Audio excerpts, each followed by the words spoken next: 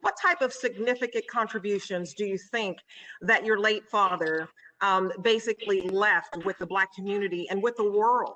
I just think about how many people he uplifted just by being him, by believing in himself, by believing in our people, and standing up for what was right. And I think that, that's what really stands out about him, is that he showed people how they can love themselves, love others, have courage, and just follow their hearts to do what was right. That's really the basics of why so many people love my father, because of that type of spirit and courage that he had.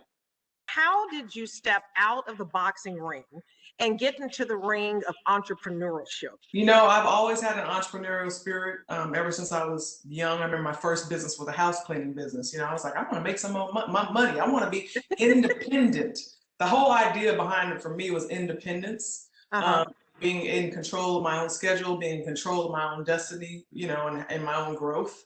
And I remember starting a little neighborhood business and, making up flyers and doing all that. It didn't go too well. I was too young. People didn't want a 12-year-old cleaning their house, And then I went to school, learned how to, do nails, got a manicuring license, opened Layla's nail studio. By the time I was 19 years old, I had a business that I had built up, a clientele. And then I switched gears to become a boxer. So I was already on this entrepreneurial path.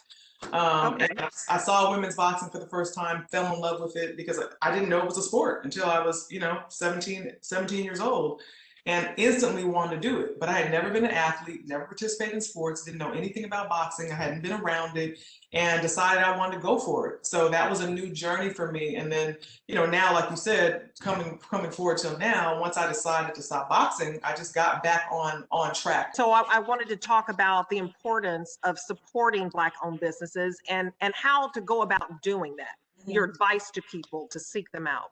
Well, for me, because obviously I'm a person too, and I want to support our businesses as well. And I think at all times, not just during a pandemic or, during Black History Month, we need to really normalize being intentional about finding Black businesses, and being consistent, because it's nice. Don't get me wrong. Anything you do, you order one time, it's wonderful. Right. But if you can find your toilet paper and your laundry detergent and these things that you normally would be buying anyway, and try to support a company that's an African-American company, that would be wonderful to do, because then we're going to see real growth, and it's really important, because obviously the success of a business comes down to how many customers you have, are people actually buying. Oh my goodness, girl, I went to your website and I love the Laila Ali lifestyle. And you will not go on my site and say, here, this is for Black people, this is for Black people, because I already know that as soon as you all see me, it's for you. It's for us. I don't have to tell you that.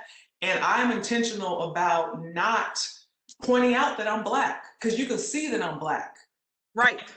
I don't need to tell you this is Black girl magic. You can see that this is Black girl magic. I want us to normalize being successful, being Black, being beautiful and Black, being smart and being Black, being, all these things while being Black, and not always feeling like I have to, say, hey, I'm Black. You can see that.